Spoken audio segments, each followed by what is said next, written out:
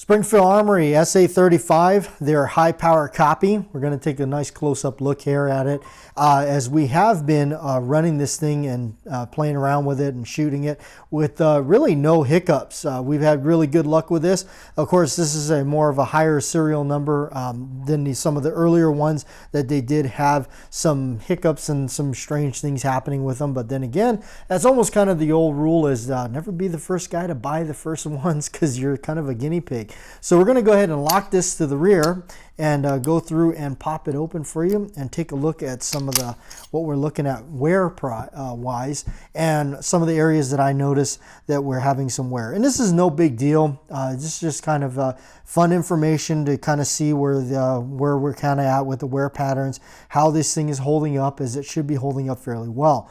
We got a little bit of wear right there, which is odd because we don't have any on this side. So I don't know if maybe perhaps the frame has any kind of a little ledge or something that's been happening there. Again, this is just kind of running through, pointing some things out. The wear patterns on the slides on the inside here, on the rails rather, where the slide runs is pretty standard, pretty normal there.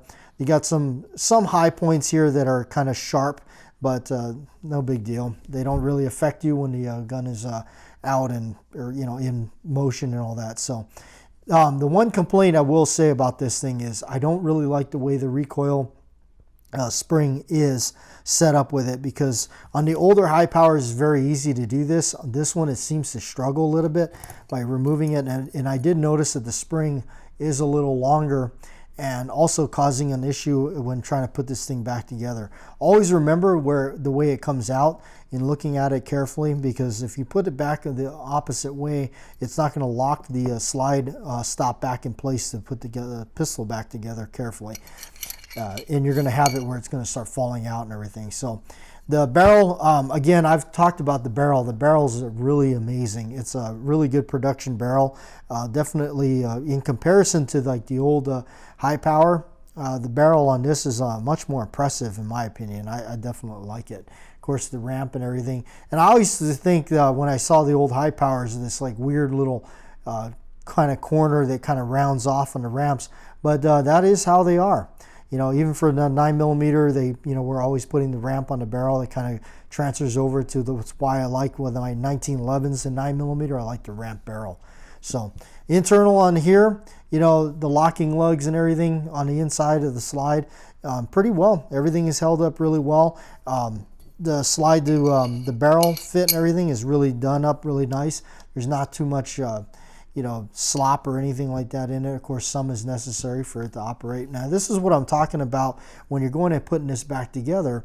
Why I think the spring is maybe a little bit too, maybe perhaps they should have made it, I don't know, more a denser spring and less links or whatnot. So, but we're going to go ahead and I'm going to show you this. And when you kind of put this thing back together, you see how much kind of a cumbersome thing, and it kind of blops around like that. I don't know how much you can see it, but you see how it bows out like that. That is one thing that the other one does not have that this does, the original high power. So that's something I'm not really I'm not sure how I feel about that, or why maybe if it calms down over some time, you can kind of fiddle around with it and get it to straighten out. The other thing is to make sure that this is lined up straight right here, because when putting it together, sometimes you will hit a point where it'll stop, and what you almost think is it's the ejector hitting the slide or something, but it's actually having this not lined up correctly, and it's kind of banging into something on the frame. So go ahead and put this thing back here, locking the safety up into that first notch right there, and then putting the slide stop back in straight down, and not kind of pushing it up or anything, getting kind of the idiot scratch, if you will, on the frame or anything like that. So the sights are pretty decent. Rear sights, you got the U-notch cut, which I do like, and then the front sight has got the dot, and I don't know how well you can see it, but the dot on mine pretty decent. It's still there. The paint or anything hasn't come out of it. The way it's flush and cut up here towards the slide, it's flushed pretty good. So I guess when you're if you were going to try to drift this out, it may present slight problems because there's not a whole lot to actually attach a punch to and get that. The ring hammer on theirs, what they did was they they made it smaller and they pushed it forward a little bit to reduce the hammer bite, if you will. And so that was one of the things that they upgraded. The other thing that was upgraded was the thumb safety. You can see here the thumb safety has got much more of a ledge on it than the old ones where they were kind of more low profile, and it kind of made it a little difficult to click them on or off and engage them and everything like that. I must say that's an improvement. They did a really good job on that. They did go with the external extractor rather than the older ones like before the 60s. I believe they were internal like the old 1911 was. You can see them on the back where they pulled out through the back with like the 1911, and then they had this extra little piece of metal on the serrations that were kind of, you know, like a part you pulled out to try to disassemble the thing. So, all right, the grips, even though they're still a modern take on the grips, they're not quite the old panel grips. The old panel grips, of course, have an iconic look, and everybody loves that about the high power. Their newer grips, definitely enough of a modern take, but not so deviated to where I think it kind of detracted from the gun. Although I do like them, they fit really well in the hand. The way they're blended here in the back to the frame was superb. Unlike some of the other guns I've seen where they're kind of just, you can tell there's just, you know, junky grips that they're just pulling out and sticking on anything, stuff overlapping and whatnot.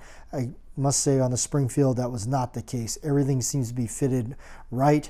Even right here where the magazine release protrudes on the other side of the cutout, it's done upright. So all in all, really good pistol, and what I like is they kept all the original lines of the gun, including the slide release and everything. It's got the original same look of the original high power. So it's got some of the modifications that are upgrades, but yet still keeping true to the original, which I really like about that. And it's an American-made high power for a change.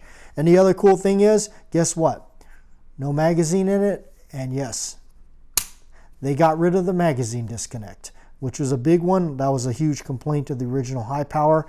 You know, you always see that little wear part right in the front of the magazine from the shoe where it has to disengage and or engage so you can fire it with the magazine in, but they did remove that. A much definitely talked about, much despised feature of the high power, but now that is gone. So really cool stuff. Springfield Armory SA35, there it is after the higher round count that we've had it. No hiccups really, and the wear patterns seem to be all normal. Nothing is seemed to be weird or strange about it, but definitely to have this in the inventory.